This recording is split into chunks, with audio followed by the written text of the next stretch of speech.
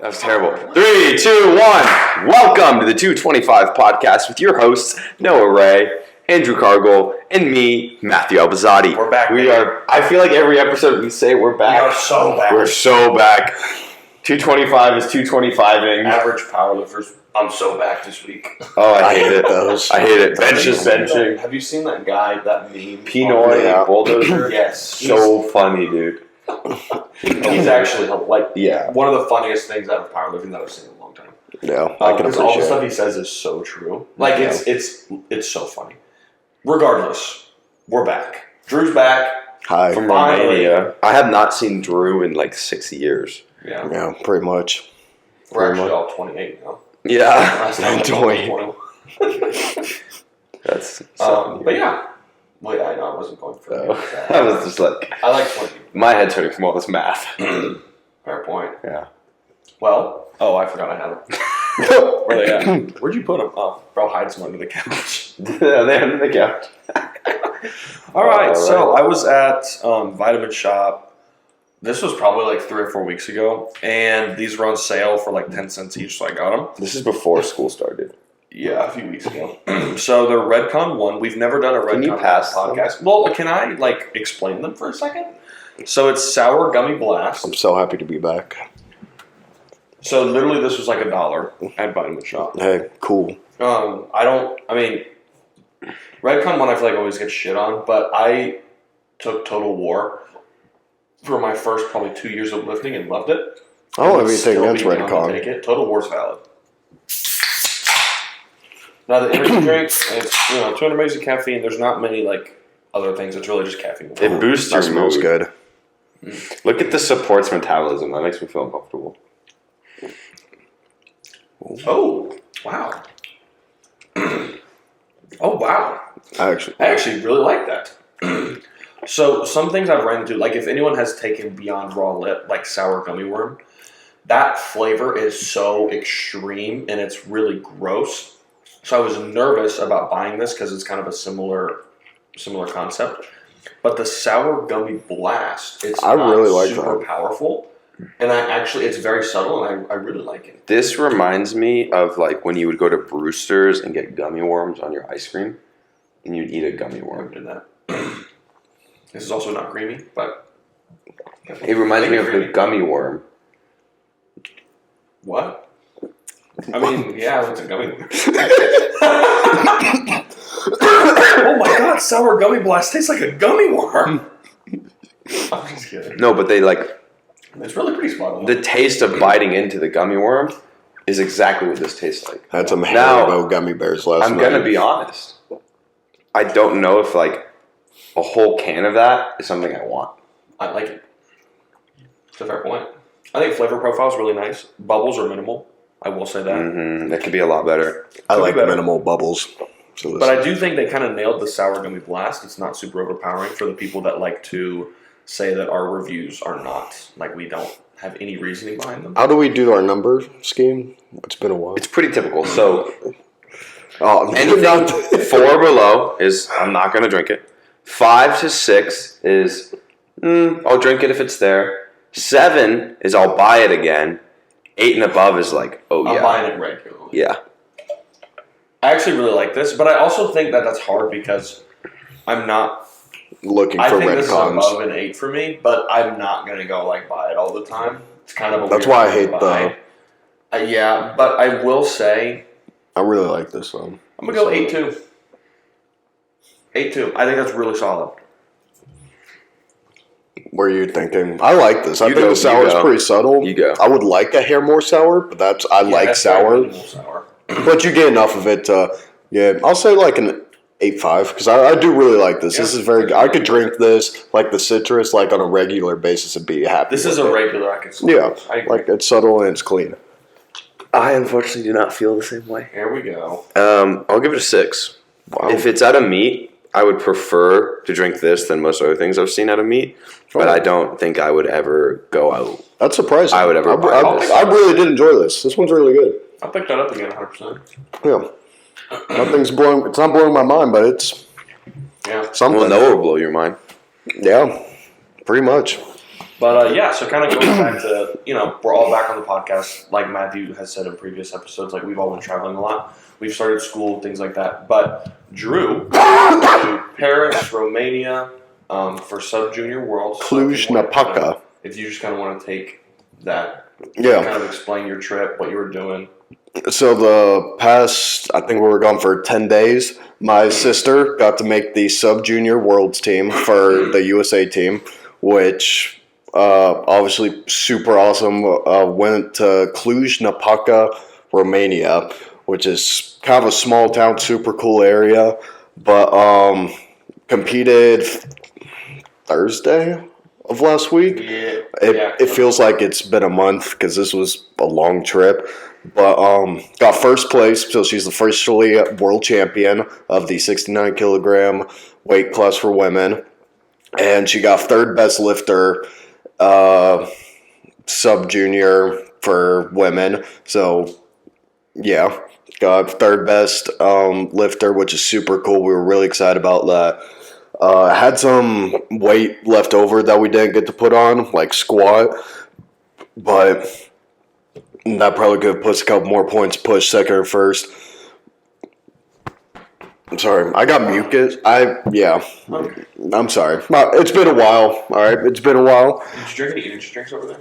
No, I did. You could not find anything except Red Bull there. Really? They only believed in Red Bull there, and I'm not drinking a Red Bull. Not even like Monster? No, I didn't see one Monster there. Yeah, I was very shocked. So you're telling me the energy drinks in Costa Rica are much better than the energy drinks in Romania? Well, yeah, if I didn't find any there, then yeah, probably they are going to be better. Can you turn your gain down? Okay. I just have like on your mic thing, it's just all noise. Okay. Well, anyways, first in the world, third best overall in that, and we won the U.S. Sub-Junior Women's won first place in the that category. They barely won by the last session against Ukraine. Ukraine brought a huge. Ukraine's got the biggest squad there is, and they're huge. A bunch of teams had an absolute blast there. Obviously, I went to coach her and handle her for the meet. Got to meet the head coach of the sub-junior team, John, a couple of his coaches. Had an absolute blast. Got to meet a couple of old buddies. Explored Paris, France for 4 or 5 days before we went to Romania, which was super fun. Got to see the Louvre. Eiffel Tower. The video you Soccer sent of the court. Mona Lisa looked terrible. Yeah, I didn't know I'll there be was, honest. Like, that many. It was people. not. I'm okay not seeing that again. It was cool, like I could say I saw it, but that was not the coolest thing in that place. The coolest thing, in my opinion, was like this victory statue, which huge grand staircase with this giant like front half of a ship with like an angel standing across, like standing above it. It was, but one in Paris, Louvre, Sacré-Cœur, which was absolutely beautiful. Huge church on the very top of like looking over all of Paris. Didn't go in the Eiffel Tower, but we went by the Eiffel Tower, which was cool. What was the favorite thing you ate in Paris? Favorite food? We had a lot of different food. Mm-hmm. This was. I asked this because I know your dad, and I know we tried everything. Y'all are foodies like to the max. We tried everything we could find. Yeah. We tried escargot, snails. It was good. It was good. It was actually really good. Comparison, what it tastes like. Like oysters? Kind of like clams. So like not like oysters as much, but like clams kind of on chewier side. But I mean, they were good. Like I'd have them again. But so our hotel, one of the hotels in Europe, very weird. Like you feel like you're going in someone else's house type of kind of aesthetic. But it's go there and we're down this street, this small little street that's a 1-lane, thin long street, had 8 creperies, like 8 of them all right on top of there. Every single corner was a cafe.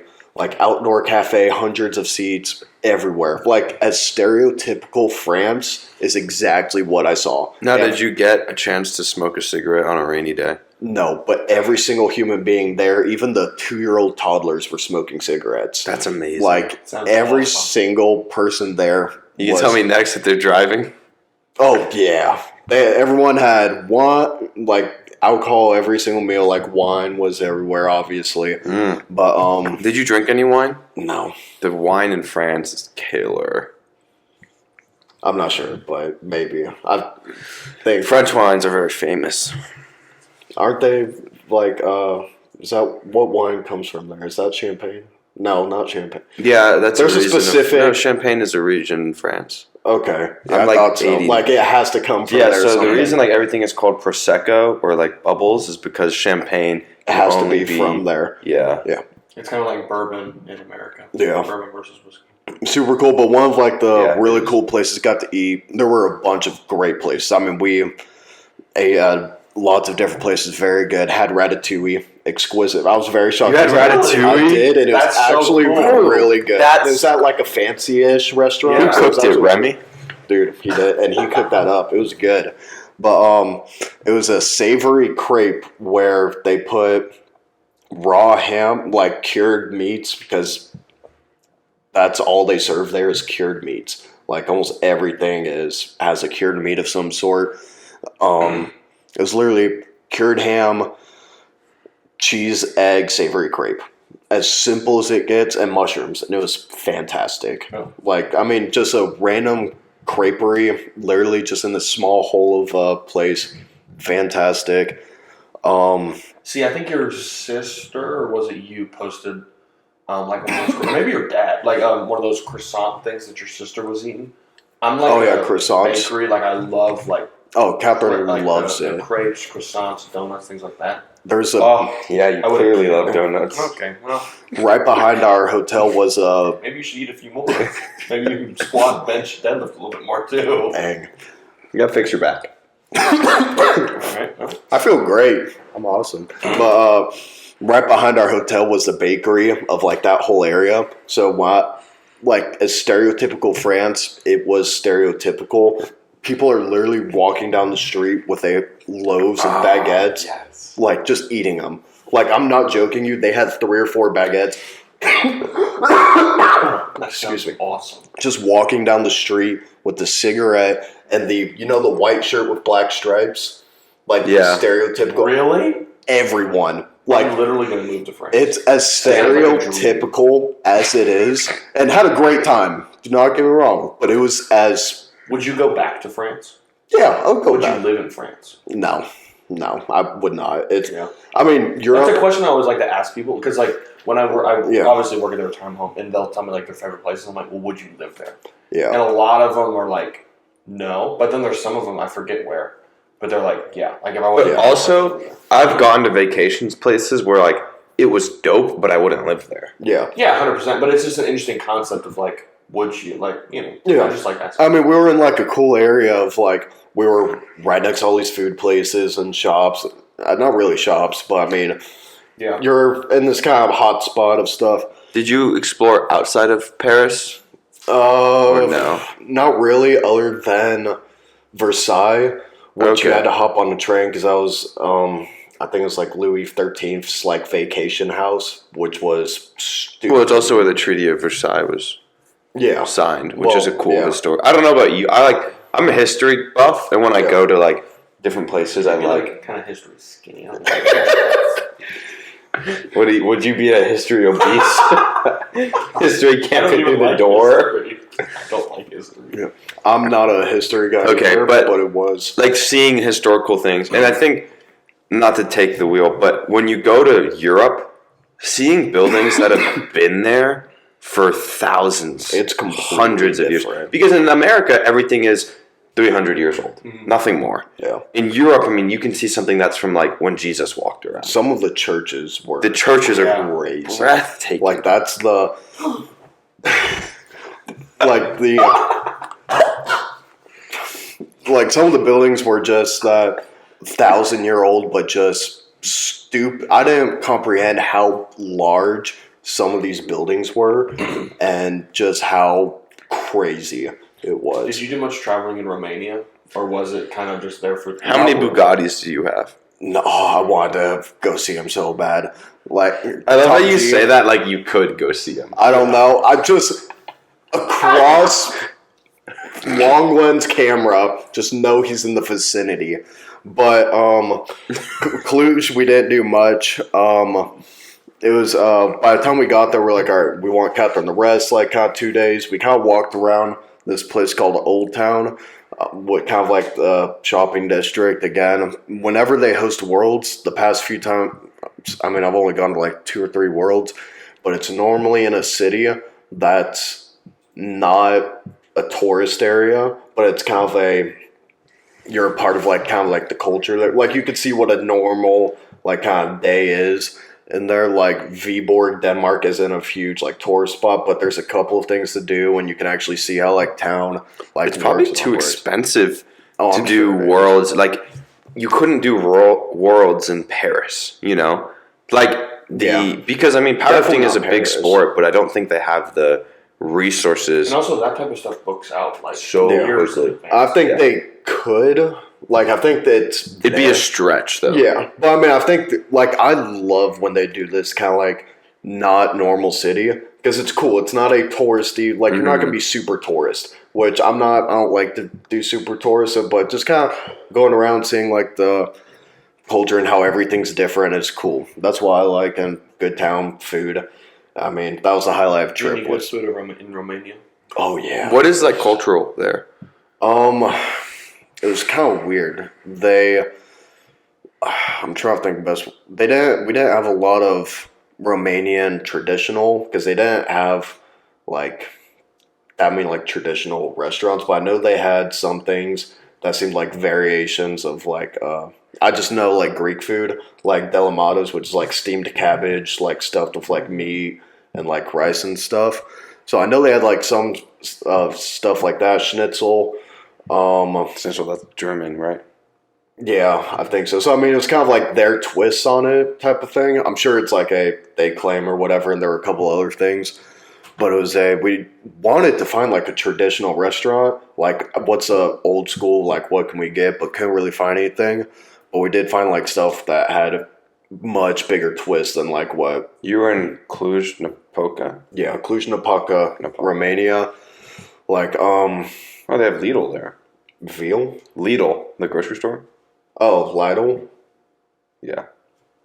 Yeah, that was in, yeah, then you're probably like right next to our thingamabobby. Yeah. But yeah, it was cool. Ate a bunch of different things. Trying to remember specifically. Borscht.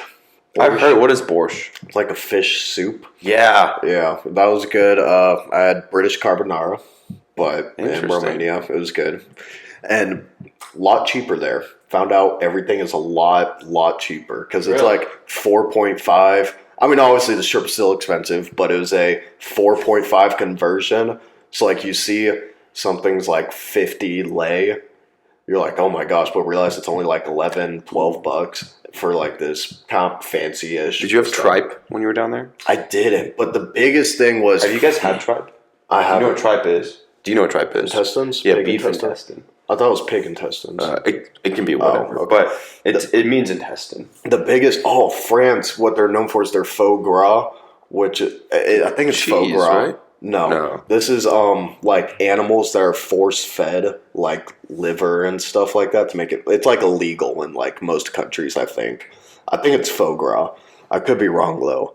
But fat liver. Yeah, it's like you have like feed like ducks or stuff like faux gras. Like yeah. Anyways, really cool trip. Had a blast. Super fun getting to coach that. Super cool environment. Super fun. Sorry, that went like 20 different directions of food, trip, and stuff like that. No, I think food, like traveling food is like a cool thing because it's so different everywhere you go. Like there's so many traditions, even in different portions of America. So going to a place that like you can get an authentic like French, food or like Romanian food, or even if it has like its own twist on it, I think that's super interesting.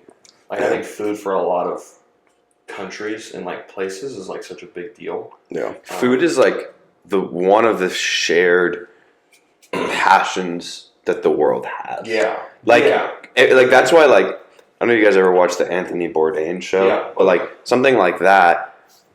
Food is Anthony Bourdain. Yeah, RIP for real.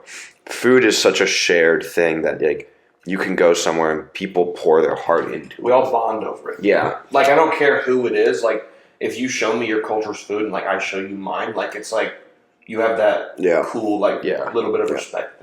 I will say, just going to Europe. I mean, this is only second time going there. It's but you've went twice. Like I mean, like obviously, to go. Yeah, like I'm again like truly blessed. I'm super blessed to be able to have the ability to go out there. And another time to Europe. I mean, obviously that's a big deal. It's an expensive trip, so I'm very happy I had the opportunity to do that. But just one of the things about it, which when coming back makes me hate, is how how do I say, how clean Europe is compared to America. Food wise, tastes completely different because of no preservatives, and you could taste that. You could taste how it's 100% just. This is how real. Yeah, you can even taste like even here, like grass fed organic ground beef versus just the normal like lean 90-10 beef that I even get from Aldi. Like it is completely different. 100 completely different. And you want to know why? Because the same people that put regulations on your food run the medical industry. Yeah. Think about that.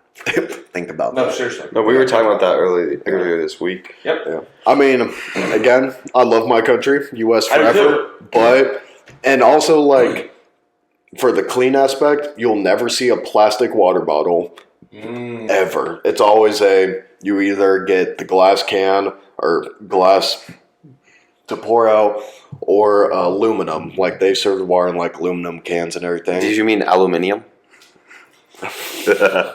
Okay. That's what they say over, like, any English-speaking European countries call it aluminium. It's terrible. Yeah. We speak American around here. That's right. It's weird going up to people that don't speak it. I'm like, this is the proper language. You should know it. Sorry, what is a kilometer? Can we use pound plates, actually? But I do. What are we doing here? That is, it's a weird appreciation. I've been to Europe a handful of times, and it's like it's so easy to fall in love with I think what's so cool about Europe is, but I think people forget this, is like temporarily it's really beautiful, but then like the economy, healthcare, all the things that like actually living there is terrible. I mean, I'm not gonna say it's terrible, but like I think living in the United States is so much better. Land of the free, baby. But like being there temporarily and like the clean streets, the food, and all of that, I think that's why traveling is so important, because it's so cool to experience. But ultimately, I would probably never live in these places. Like I loved Barcelona when I went, or Barcelona as they call it, because everyone has a lisp in Spain. But like the actual like economy, the problems and stuff like that, I'm like, I'll go back to Georgia. Yeah, you know. Should we do a training recap? We can. Do you not want to talk about training? I mean, I can. So, do you have any training to talk about? Not much. I'll go quick because I'm like 9 weeks out from the Olympia. My back's pretty hurt, so I'm not squatting, which sucks because like squat's my shit. You dabble. So dabble in the squat, but deadlift and bench, like I can deadlift and bench press 100% pain free. It's only when I have the pressure on my back on load pushing down. So that's a problem me and Becky are combating. So like yesterday, my top set on squat was a 3x5 with 215 pounds. So it's been a really big kind of reality check of I'm not invincible and this really sucks and I don't want it to happen again. But my back felt good yesterday. I think I kind of wanted to push past it and just be like, oh, it'll get better. And I almost failed a 496 squat like last week because I almost collapsed. And I was like, I can't just not squat. I can't just like keep pushing and doing it. And so, but I'm hoping within the next 2 to 3 weeks, I'll be back 100%, and then I'll have, about 6 weeks to push. So I was talking about, possibly doing the 700 squat, trying something like that at the Olympia. that's just not going to happen. I'm going to push that to CNATs next year. So, different goals and different variables are variably. But we push. Deadlifts are going really good. I did 575 for pretty good triple like on Saturday. Bench is going really good. My goal for the Olympia, at least bench 2, deadlift 3. And I think those are very like in the realm of possibility.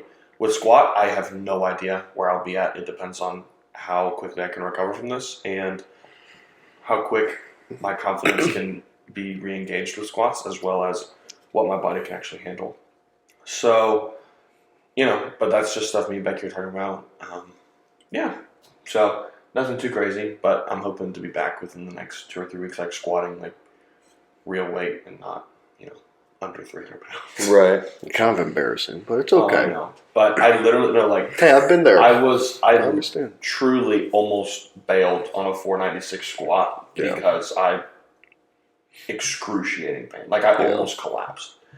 And I was like, I'm going to really hurt myself, like really, really bad. Because I'm not in pain when I walk around. Like I can sit down and move around. Like I'm not in any pain. That's why I know it's not something super, super severe. It is just when I have pressure applied on my back, and that's something I've talked to Becky about. And so it's not something super, super, super bad. Like I didn't slip a disc or anything like that, because I would be in pain all the time. I wake up, no pain. It's only like 12 hours after I squat. Compression and stuff? That 12 hours after I squat, it's brutal, but then I'm fine. So we'll see. I don't know. I'm still super excited for the Olympia. I'm just going to have to kind of wind it back a little bit to what I initially thought was going to happen. So, which is fine. Like, I'm more so wanting to go into the Olympia just for the experience anyways. Like, yes, I'm going to perform well, and yes, I'm going to do my best. But, like, I get to be at the Olympia. Like, that's awesome. Like, I'm so excited. We're bringing a whole group down there. We're bringing about 10 people. We're getting the house just like last time. And I'm just, like, so ready for that trip. It's going to be awesome. And, just to see the Olympia again, possibly his last time competing. And, all the vendors. And I just love traveling and doing stuff like that. Yeah. So, I'm still super excited. I'm not letting it get me down. But it does suck because, squats literally, like that's my favorite. There's nothing like squats. I agree. Well, literally, I agree. Like, squats my favorite thing to do. That was my most confident lift. And that's going to be the hardest part for me is going back into the mentality of not being afraid. When I would squat the past 2 weeks, I've always been nervous and scared to get under the bar. And I think that's because I have been in pain the whole time. But once I can get back mentally to where I was in match prep, and whether or not that's in the next 2 or 3 weeks or within the next 2 or 3 months, I'm not sure. I'll have to kind of see where my body goes and where my strength levels are. And, I'm going to start slow. I'm not going to just try and squat 650 just because I want to. I'm really going to take my time because I would rather be able to lift for another 3 years than not be able to lift going for something stupid. So that's kind of where I'm at now. And that's my little training recap. So it's been hard, but we push. We grind. We grind. Bro's been going crazy. Yeah. I don't know. I've never heard you laugh like that. I'm just embarrassed. Yeah, I don't know. It's I've been really emotional about it in a good way with training, and I credit a lot to these guys, to Kyle, people like that. But I feel like when I started lifting, I had no drive. I just thought the numbers were gonna come. And I don't think I understood what working for it meant. I'll be honest, I've been pretty let down by my performance with this sport up until the past couple months. I feel like I had a lot of variables in life, and I give myself grace for that.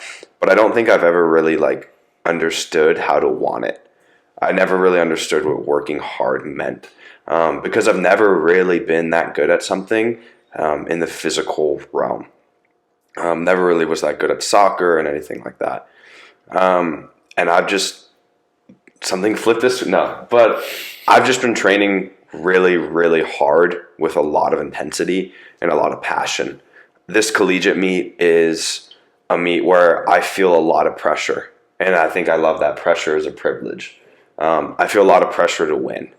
There's a lot of really strong 82s all around very similar strength levels. That's also another fun thing is you literally have like 4 or 5 people in Georgia that are like almost identical, like within 100 pounds. Like, so, I mean, Steven's 90 now, but Steven's very strong.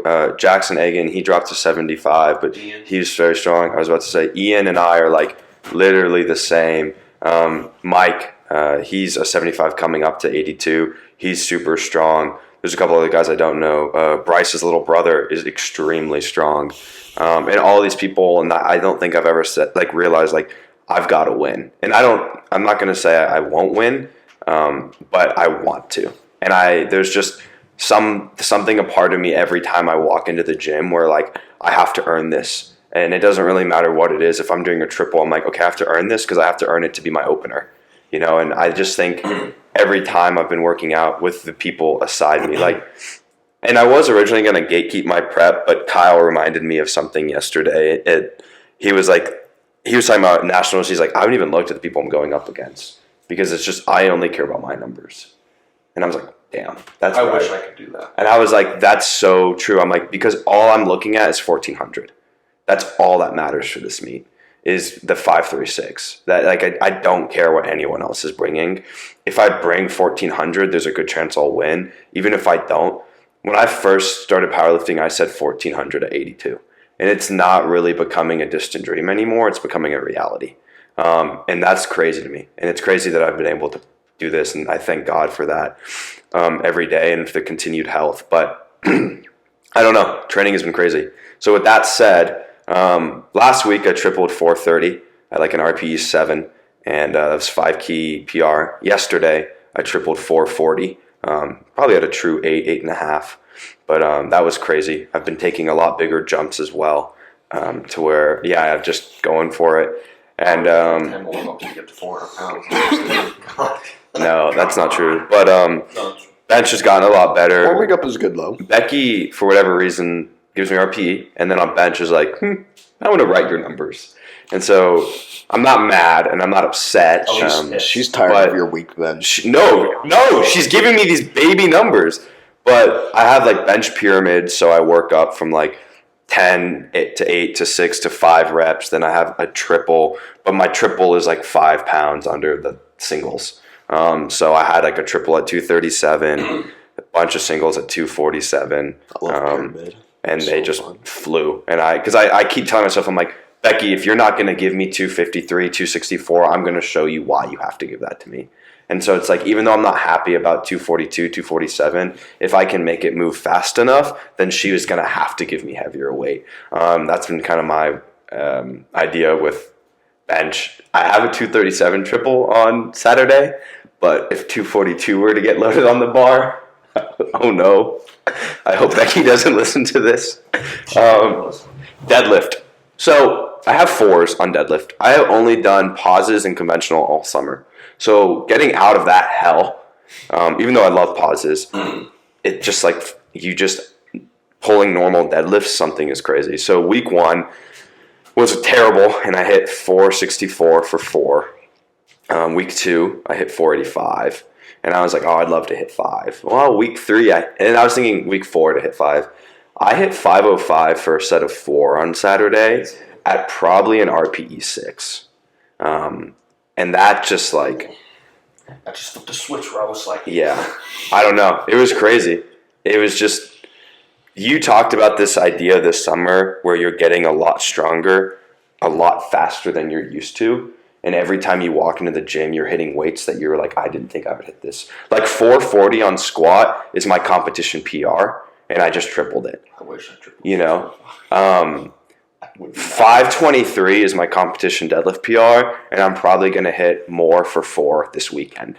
Like, that's mind-boggling to me. And so I have to... It's really weird because you're like, this is like all new territory and it's uncharted, but it's like I have to keep pushing because if I'm gonna deadlift 6, I have to be repping over 5. If I'm gonna squat 5, I have to be repping mid to high 4s. With bench, it's the same thing. So, what?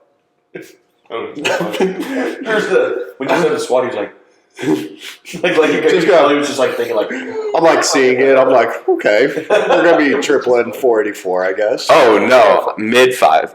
I was like, oh, we're pushing tripling 485. I think you're squatting. I hope you'd squat 5 by then. Tripling 485. I think you're squatting like 530. Yeah. No, but anyway, all that to say is I'm very blessed and thankful for everyone who's been with me this prep. I really feel like it's my time to shine. And I don't think I've had that before in powerlifting. So I'm learn how to work hard. Yeah, so I'm pushing. Isn't that crazy how that works? Huh? I'm gonna do something crazy in 10 weeks. But I'm also saying that for the people out there. Yeah. Like if you're not getting strong enough, like, or if you feel like push accessories. No, just push harder. Like you don't. I think a lot of new lifters will come into the gym. So I have these stupid, terrible double pause squats, but they are incredible. So the first week I did them, I did 330. Yeah, well, I did 375 for 4 sets this past week. Because I was like, and 330 felt tough, but I was like, I'm just going to push myself. And I pushed, and it's like, I didn't realize I had that in me. I'm probably going to go for 400 this week, but it's like, you just have to do it. Like, just put more weight on, Don't fail. Don't be an idiot. Be better. But, yeah, I don't know. I got to pee. But training's been going really well, and I'm really, really excited for November. And like I said to Noah, nothing's stopping me from 1,500 at CNETs. Mark my words. While he's taking a piss, I'll go ahead, I suppose. Training's been decent. Kind of starting new block, but new block's been kind of shenanigizing because What the hell was that? Shenanigans? Shenanigans? Shenaniganery? No! I pulled out shenaniganerist in the airport yesterday. And yeah, I was crazy. Yeah. Anyways, so kind of did like a peak singles, I guess like 3 weeks ago now. Jeez. Went to the Grand Caymans for 4 days.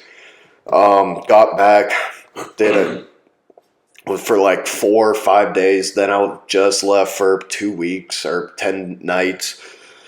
And this is first day back. I trained while out on vacation, and it was okay. I mean, kind of subpar. It was hard to. We were at some interesting gyms, made it work, and just kind of hard to train. Just kind of, man, you're traveling, you're already doing a bunch of stuff. We were walking probably 20,000 steps easily a day. So, I mean, training wasn't ideal. During it, but I mean, it is what it is. Getting back to today, I've got triples, I'm assuming. I had 463 triples last Monday, so if I had to guess, today's probably in that 480 and this is on bench? 470. Yes, triple 480 on bench. That's but, cool. So, I mean, we'll see. I've already talked to, like, Dad on this. I mentioned it to them this morning. Boo. I'm probably going to drop out of the state meet that I'm hosting. Bully him for that, by the way. Literally, if everyone does not comment, Drew's a loser for that. I don't know. We're going to stop the podcast. That's fine. That's fine if everybody says that. Do the hour lift off. No. Well, one, again, can't. It's unsanctioned. You can not allowed to do unsanctioned. It actually depends how that works with the collegiate thing. So it might actually be allowed. I just don't know. That'd be so guest fun. lifter. Yeah. We were looking for a guest lifter. I'll be the highlight lifter. I can't drop on the pod who we wanted, but I'll tell you after and you'll think it's hilarious. So funny. Okay. You'll love it. Okay. But, Mr. Andrew. that would actually be crazy. But, yeah, I'm thinking about dropping that. Handful of reasons. Obviously, because hosting it, like we have a lot planned that we want to do for Georgia as a whole, because we're recognizing after Raw Nats and after CNATs, a lot of people are going to be flipping over, and we want this state meet to be what people should be looking forward to as far as it goes for like our high level meets that we're wanting to host during the year. I mean, this is going to be a stupid small meet. I'd be happy if we get 42 lifters. Like it's going to be a one platform, one session probably. Cool. That's fine. But if we want to go stupid with it, like we're literally going to get fog machines. We've got, we're thinking about getting some bigger truss systems to give that Worlds field. Like it's that giant banner in the background. We're like, we want to do this. So we're considering adding a bunch of different things to our setups. And I mean, so we're wanting to go stupid, and I don't want, like, the level of stupidity we want to go is not something I can just not help out with that Thursday and Friday and then expect to compete Saturday. Because one, I'm going to be stressed out no matter what the Friday, even if I'm not helping out, that's stressful to think of everything to do for the meet. So, anyways, I'm wanting to do that. Publicity for you to do it. Huh? Would be good publicity for you to do it. Mm-hmm. So I'm gonna You as well. Have James come video it. Make a whole video, and then you're yeah. I'm not gonna press. I'm not gonna give you heat, but I'm gonna give you heat. Okay, that's fine. You're prioritizing meets over training, which is fine. Yeah. But if are we gonna see Andrew Cargill come back on the platform for blood? If I could find a meet, I was gonna ask that too. I asked first. I'd like to compete before 24. Where? Because literally I host the only meets in Georgia. And Awesome. What did you do? I didn't do anything. We are back. I don't know what this curse of audio is, but we're cursed. Started with Corinne. We had a failed podcast. women. Yeah, awesome podcast with Corinne. Yeah. I was really excited about it, and the file got corrupted, and I couldn't. Wish I could have heard it. We did too. It was actually a good podcast. Yeah. But anyway, you were talking about so just talk to us about what's your mindset on competing, because the end goal. I remember you said in Josh Rohr's podcast, you would rather be known as a lifter, not a coach, not a meet director. Right now, I feel like you're more known for your meets, which is cool, but are you going to get to a point where training is the goal? Training is the lifestyle, and when are we going to see that? It's still lifter, like no matter what, just that's always going to be the top tier priority.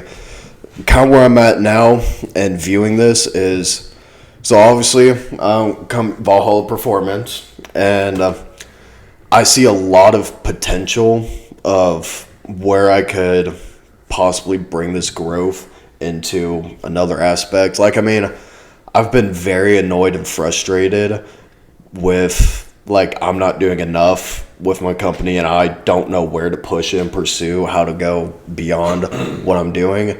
And I'm seeing this as a one way to kind of push it a bit more, because we've sponsored and supplied a dozen plus events, and now it's all right, so we're technically like the state chairs of PA, and we want to bring the best, like, we love the sport, want to bring the best to it. It's all right, I want this to officially be presented by Valhalla and be pushed to that next level of just insane and quality. Like I've told y'all, like, I want every staff member to have a uniform. Like, they have Valhalla polos and like khakis, like whole dress code. I mean, we want the service and production to be unlike anything else. Like, we're wanting, like, obviously our equipment is a starter line of we have the literally best equipment in the world. Alica World Games equipment. We're getting one of them maybe custom painted for events, like a platform only art style, where we want to go stupid and nuts with it.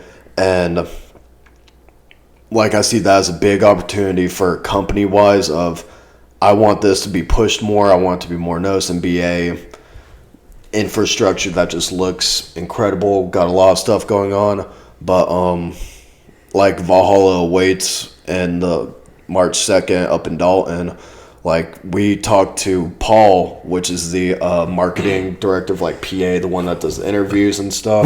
On the Instagram. Yeah. Who's like, so, great meet today, 3 for 3 on deadlifts. How did you feel? Yeah. That guy? Yes. He's real. What does he look like? He's awesome. We like Paul. I feel like he's so, not evasive. I don't know the word, but it's like, he runs it, but nobody I don't know what he looked like. You know what I'm saying? It's just like he doesn't ever show. He's a mystery because every video, and those interviews are hilarious because the lifters are like dead inside. Your sisters are always so funny too, and they're like they're just like sitting there in extreme excruciating amounts of pain, and he's like, so how did squats go? And they're like, well, I went 1 for 3, almost bombed out, and he's like, not bad. It's so amazing. Yeah, I mean, love the interviews and love stuff like the press conference. I copied it. I think it's a great idea. Yeah, like, I mean, they are really funny because Catherine will get her squat suit off, excruciating pain, and they'll do an interview. But love it. He's just the one that does, like, the press conference things. And we had the opportunity to, like, we've talked to him, like, the entire week in Romania, kind of telling him about Valhalla. And we're like, yeah, we're going to go beyond stupid because it's the same weekend as the Arnold. So that's like USAPL's big, that and the Olympia. We're like, all right, we're going to do something to rival. Like, we want to make it look so beautiful and pristine in this giant convention center. Will you be taking notes on how the Olympia looks? Sort of. I mean, like, we've got a big idea of what, like, we want to do for this setup. But I want to see how the Olympia looks. I mean, obviously, like, the Arnold's normally on a big stage and it looks super cool. I mean, we've got this huge convention center, and so we're going to be talking to the national office and being like, hey, we want to go stupid and we want to produce. Like, it's going to be, we want to go nuts on this. I mean, we're trying to get a couple other things in the building, a strongman event, and trying to get bodybuilding and a couple of other things. And the whole event's going to be called literally Valhalla Gauntlet of Power. Like, there's powerlifting, bodybuilding, strongman. Obviously, these are plans, goals that are looking more likely, but still working on it. And I mean, that's kind of the main thing about the competition thing. I'm seeing this as I want Valhalla to take off and be a company I want to do for long term my life. And we have I want it to be several different aspects of the lifting community, not just powerlifting. So that's where I'm kind of like, I need this to be a priority for that aspect. And competition-wise, I need to go, like, train. So training is almost being put on pause for Valhalla. No.